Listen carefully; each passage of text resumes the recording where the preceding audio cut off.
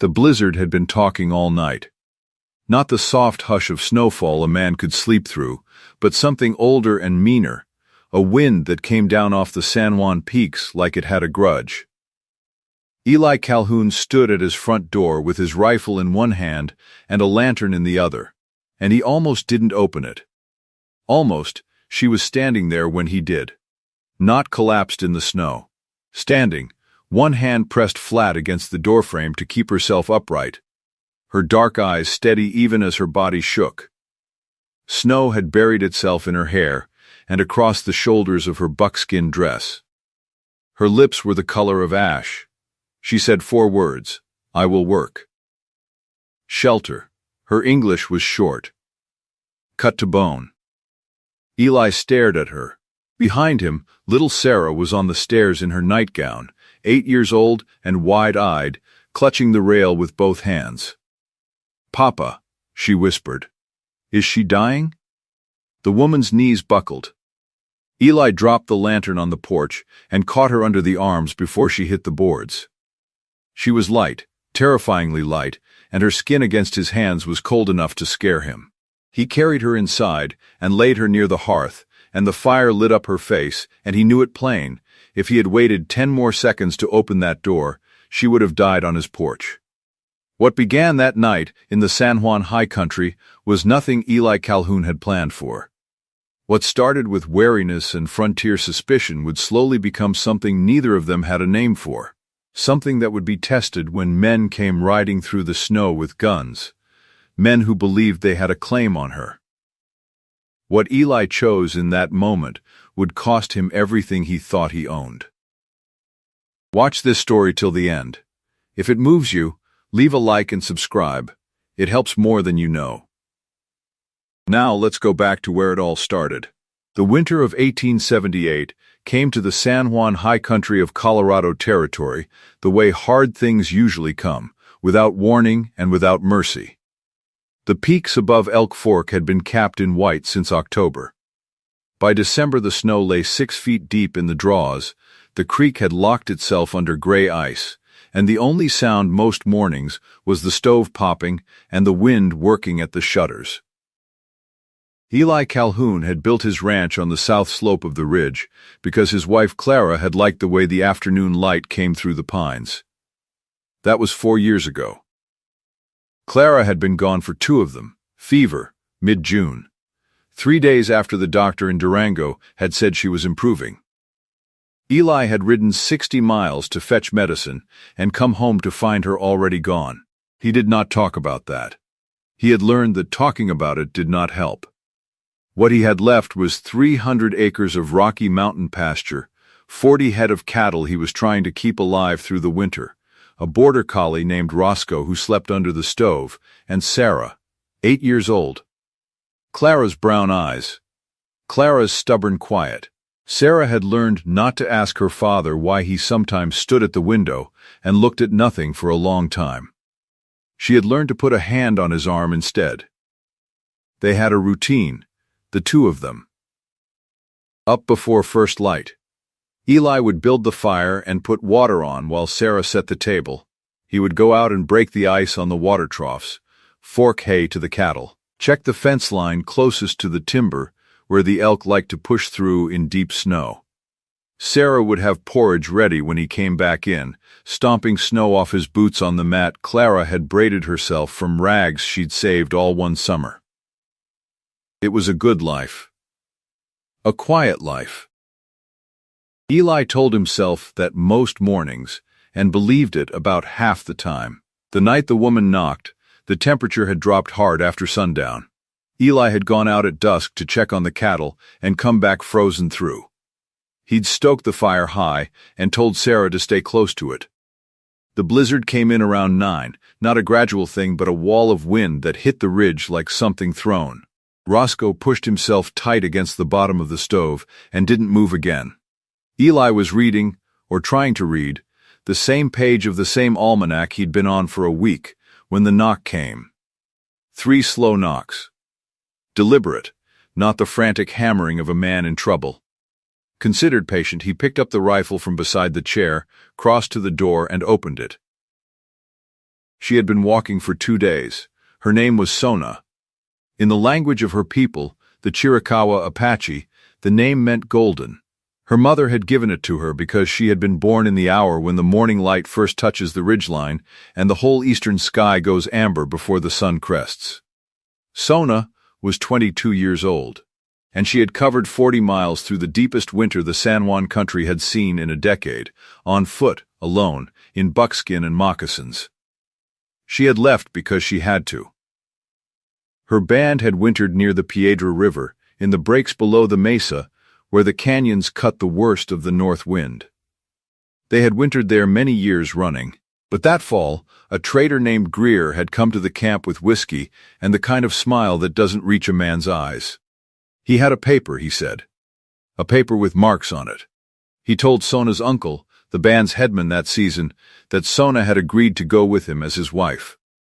The paper was a lie. Sona had signed nothing. She had been shown a document and asked if she could read it. She said no. Greer had taken that as a yes and written what he liked. Her uncle was not a foolish man. But Greer had 6 armed riders with him and a federal land agent's badge that may or may not have been real, and it was not a time to start a fight the band could not finish. He told Sona quietly, the night before Greer planned to take her, that she needed to be gone before morning. She had taken dried meat, a wool blanket, moccasins with double-thick elk-hide soles her aunt had made her, and a knife. She traveled north and west, away from Greer's likely routes, toward the higher country where she judged no one would follow in this kind of cold. She crossed one ridge too many. By the second night she was losing the feeling in her feet. She smelled the wood smoke from Eli's chimney from a quarter-mile out and walked toward it the way a person walks toward the only light there is. She had not come to beg. She had come to bargain. When Eli opened the door, she gathered what English she had and stated her terms as clearly as she could. Work, shelter, and exchange. Then her legs made the decision for her. Eli set her on the blanket nearest the hearth and went to the kitchen for the kettle. Sarah had come down the stairs and was crouching near the woman's feet, looking at her with the frank, fearless curiosity that only children and very honest people manage. "She's not dying, Papa," Sarah said. This was meant to be reassuring. "I know," Eli said, though he wasn't certain of it yet. He heated water and mixed it with a little whiskey from the bottle on the shelf, not enough to warm her too fast, just enough to start the blood moving. He knelt beside her and lifted her hands one at a time, checking the fingers for the hard white patches that meant real frostbite. They were red and cracked, but not frozen through. Her feet were a worse story. He pulled off her moccasins, and Sarah made a soft sound at the sight of them, raw, blistered, the skin split at the heels. "Go get the spare wool socks," Eli told her. "The thick ones." Sarah went without argument. Sona had not lost consciousness. Not exactly. She was somewhere between sleep and waking, her breathing slow and shallow, her face tipped toward the fire. Eli watched her and tried to work out what he was going to do in the morning. He was not a man who hated. He had grown up in Missouri before the war, where Indian hating was common as mud, but his father had been a quiet man who said once that most of what men hated they hadn't taken the time to understand. That had stayed with Eli, the way things do when they come from someone you respect. Still, he was a rancher alone in the mountains with a daughter, and he knew how his neighbors would read this situation. He could not say that knowledge didn't sit heavy. Sarah came back with the socks and handed them over without being asked twice.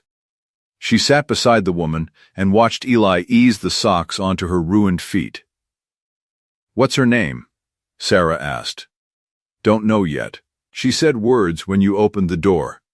"Did she speak English?" "Some." Sarah thought about this for a moment. "I think she's brave," she said. Eli looked at his daughter. "Why?" "Because she knocked," Sarah said.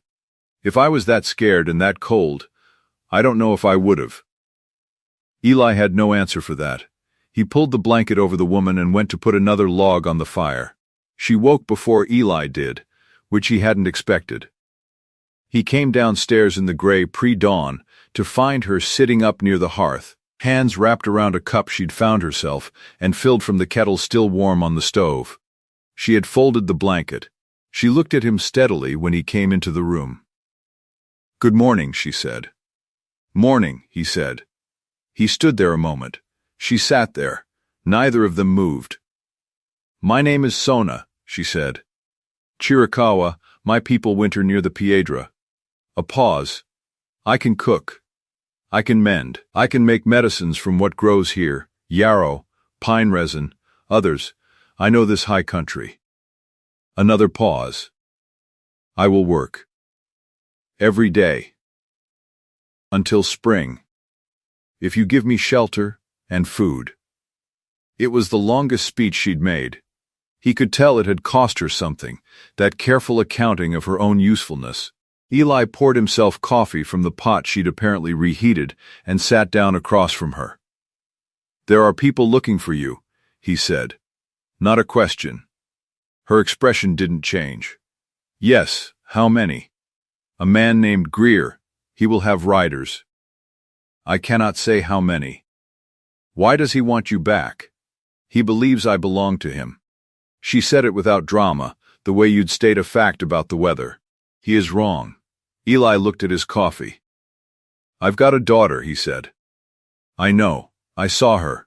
If trouble comes here because of you, I will be gone before it comes," Sona said. "If you tell me it is coming, I will go." He looked at her then. Her feet were wrapped in his spare socks. Her hands around the cup were still red and cracked. She had walked 40 miles through a killing blizzard to knock on a stranger's door, state her terms plainly, and offer him something in return for every breath of warmth she needed. He thought about what Sarah had said. She knocked. "You stay," he said. "We'll work out the rest." The first 2 days were careful ones. Eli moved through the house the way a man moves around something he's not sure about yet. He gave her the small room off the kitchen that had been a pantry, then a sewing room, and hadn't been much of anything since Clara died. There was a cot in it, a nail to hang things on, a window that looked out at the snow-buried pasture. Sona did not ask for anything she hadn't been offered, and did not go anywhere she hadn't been invited. She kept to the kitchen and the main room. She helped without being asked, cleared the breakfast things before he'd finished his coffee, swept the floor, mended a tear in Sarah's coat that had been sitting on the chair for 2 weeks. She did these things quietly, without ceremony, the way a person does who is used to working. Sarah shadowed her constantly. Not intrusively, more the way a cat follows a new person in the house, close enough to watch, but not close enough to touch, until they decide it's safe. By the second morning, the distance had collapsed. Sarah had perched herself on the kitchen stool while Sona worked, and a steady low conversation had started between them that Eli could hear from the next room but couldn't quite make out. He told himself he was watching the situation. He was also, if he was being honest, listening to his daughter laugh for the first time in a while. By the end of the first week, the house felt different. Sona cooked in ways Clara never had, dishes that used dried sage and juniper berries and roots Eli didn't recognize, things she had brought in a small bundle tied inside her blanket. The kitchen smelled different in a way that was hard to name. Warmer, maybe, more complicated. The first night she made a stew with dried venison and something bitter and aromatic that he couldn't identify. He had eaten 2 bowls of it without meaning to. Sarah developed a fever the 3rd day, the kind of low-rattling cough that mountain winters specialize in, nothing dangerous but miserable. Sona went to the wood kit by the back door and asked Eli, through a mix of words and gestures, where she might find certain plants. He walked her to the tree line, and she gathered pine tips from the lower branches and yarrow from under the overhang where the snow hadn't reached the dried stalks. She brewed something that smelled like the forest floor and brought it to Sarah with honey mixed in. Sarah drank it because Sona asked her to. She was better in 2 days. Eli had watched all of this. He kept watching. He noticed that Sona never moved through the house as if she owned any part of it. But she also never moved through it as if she were afraid. She had a way of being still, genuinely still. Not the nervous kind, but the kind that comes from being comfortable inside that he had not seen in a person before. She could sit by the fire in the evening with her mending and be quiet for an hour, and it was a real quietness. Not an absence, a presence. He found himself sitting in the chair across the fire from her more often than he had intended to. One evening Sarah had fallen asleep at the table over her school. Eli carried her up to bed, and when he came back down, Sona was still by the fire and the room was quiet. He sat down. Neither of them said anything for a while. "Your wife," Sona said eventually. "She built this house with you?" "We built it together," Eli said. "She chose the spot."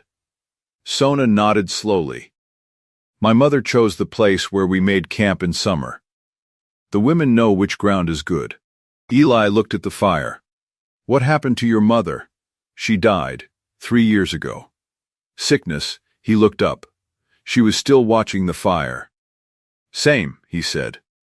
That word sat between them. Not comfortable exactly, but not uncomfortable either. Just honest. He thought of something Sarah had told him once, that silence no longer felt like something that needed filling. And he understood the girl had noticed this before he had. On the 14th night, Roscoe started barking at 2 in the morning. Not his usual "I heard something" bark, but the hard, urgent kind that brought Eli out of bed with his boots on before he was fully awake. He came downstairs to find Sona already at the window, looking out through the frost at the snow-covered yard. She hadn't lit a lamp. "3 riders," she said quietly. "They came from the south. They're at the tree line." "You could see them?" "I heard them. The horses are tired. They've been riding hard." Eli got his rifle and his coat. "Stay in here. Keep Sarah upstairs." "Eli," he turned at the sound of his name, the first time she had used it. "They will not leave easily. Greer is not a patient man." He went out onto the porch. The cold hit him like a fist. The 3 riders were coming out of the tree line now, walking their horses slow across the open ground, and the one in front was a broad man in a buffalo coat with a beard that had ice in it. He had the look of a man who'd been angry for a long time and had stopped distinguishing between his anger and his rights. "Calhoun," the man called out. His voice carried in the cold the way sounds do when everything else is buried in snow. "Name's Greer. I believe you have something of mine inside that house." Eli stood on the porch with his rifle at his side and said nothing. "I've got a legal arrangement with her people," Greer said. "Paper signed. She ran out on it, and that makes her a thief of her own conscience. You hand her over and we ride off peaceful." "Paper or not," Eli said. "She bargained for shelter here, and I gave it. She's not yours to take." One of the riders behind Greer shifted his horse. The other one was moving to Eli's left, slow, like he was just settling the animal. "You got a daughter in there," Greer said. The words landed in the cold and sat there. The door opened behind Eli. He turned, ready to send Sona back inside, and stopped. She had walked out onto the porch herself. She was standing at his shoulder in her buckskin, hands at her sides, eyes on Greer with the same steadiness she'd had at the door 2 weeks before. "You know this mountain," Eli said to her, low enough that only she heard. "Tell me what you need." "I need 15 minutes, she said. He didn't understand yet, but he had learned in 2 weeks that she didn't say things without reason. "Greer," Eli called out, "let's talk this over properly. Come down off your horses." He kept his voice level, kept Greer's attention. At the edge of his vision, Sona slipped off the porch into the dark. She moved through the snow along the back of the house and into the timber, and she knew exactly where she was going. She had been watching the ridge behind the ranch for 3 days, mapping the drainage in the couloirs, noting where the snow loaded heaviest above the south-facing cliff. She climbed in the dark with no lamp, fast, her moccasins quiet in the ridge above the tree line held a cornice. She had looked at it every morning. The east-facing side was loaded 6, maybe 8 feet deep on a crust that had refrozen after a warm afternoon 4 days ago. She found the shelf she'd marked in her mind. She used her knife blade to test the crust at the break point, and what she found told her it would go with pressure. She stepped on it once, hard, at the weakest point. The sound was not a crack, it was more like a low exhale from the mountain, something held a long time finally letting go. The slide that came off the east face of the ridge was not massive, not a full mountain event, but it was more than enough. It swept down the draw on the far side of the south pasture, with a sound like low thunder, and cut the route Greer's men would have needed to flank the ranch on that side. Greer's horses smelled it and lost their minds. The two flanking riders lost all interest in Eli. Greer himself spent 40 seconds fighting a terrified horse and trying to work out what had happened. And in those 40 seconds, Eli had covered the ground between the porch and the nearest rider and unhorsed him in a way that ended the discussion. By the time Sona came back down off the ridge, Greer and his remaining rider had gone. The third man was sitting in Eli's barn with his hands tied, considerably less convinced of his employer's legal rights than he had been an hour. She came back through the kitchen door, snow in her hair, breathing hard from the climb. Eli was at the stove. Sarah was sitting at the table with her eyes very wide. "Are you hurt?" Eli asked. "No. What did you do up there?" "There was a loaded slope," Sona said. "I knew it would go. I watched it for 3 days. The angle, the crust. I was right." Eli looked at her for a long moment. "You planned that." "I planned that there might be a night like this," she said. "I did not plan everything. I did not plan to be here." Sarah got up from the table and put her arms around Sona's waist. Sona looked down at her as if this was something she needed a second to absorb, and then she put one hand on the girl's back and held her there. Eli turned to the stove and stood with his back to both of them, his hand on the coffee pot, and did not say anything for a while. The man from Greer's party spent 3 days in the barn before Eli rode to Durango and had a conversation with the county sheriff. The sheriff had heard of Greer. The paper Greer carried turned out to be exactly what Sona had said. A document she had never agreed to, in a language she could not read, witnessed by men on Greer's payroll. The sheriff was a methodical man. He sent word south. Greer did not come back. Spring came to the San Juan country slowly that year, the way it does at altitude, not a sudden change but a gradual relenting. The snowpack pulled back from the south facing slopes first. The creek unlocked itself. The first meadowlarks came back to the lower pasture in late March, and Sarah stood at the kitchen window every morning to report their progress. Sona had stayed, not because she had nowhere to go. Her uncle's band had moved their winter camp, and word had reached her through a Ute man who traded at Durango that her people were well. She had somewhere to go.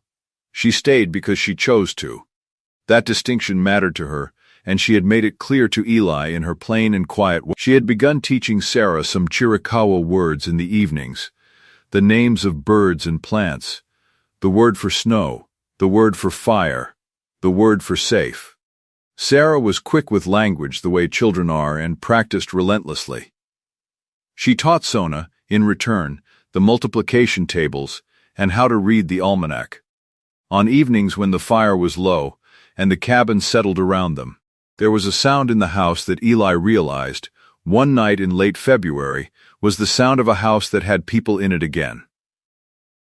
He had not let himself think about what that meant for a long time. He thought about it now.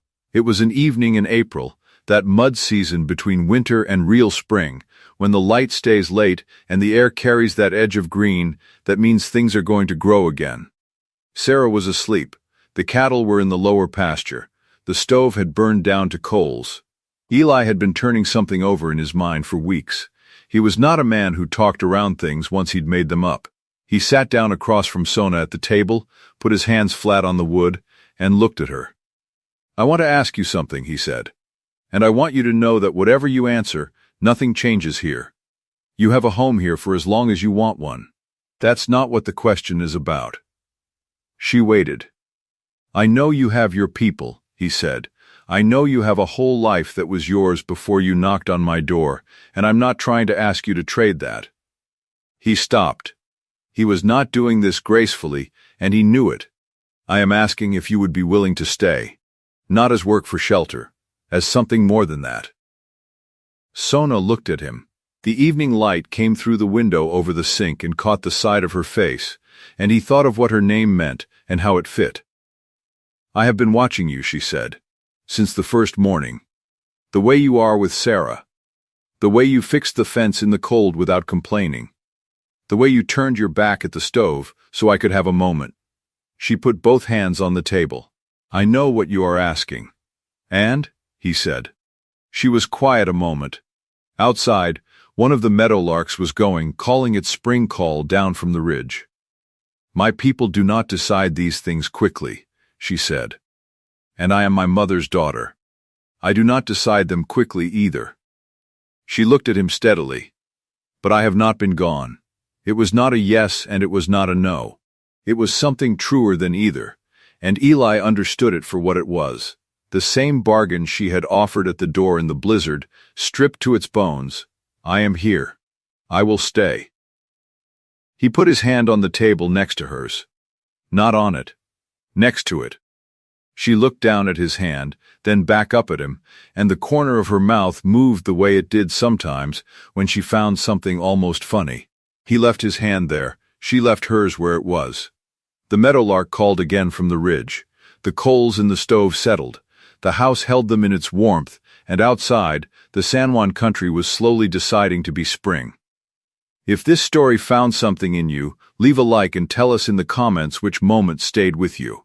Subscribe if you'd like more stories from the frontier, stories of people who found something real in the hardest places. We'll have another one ready for you soon.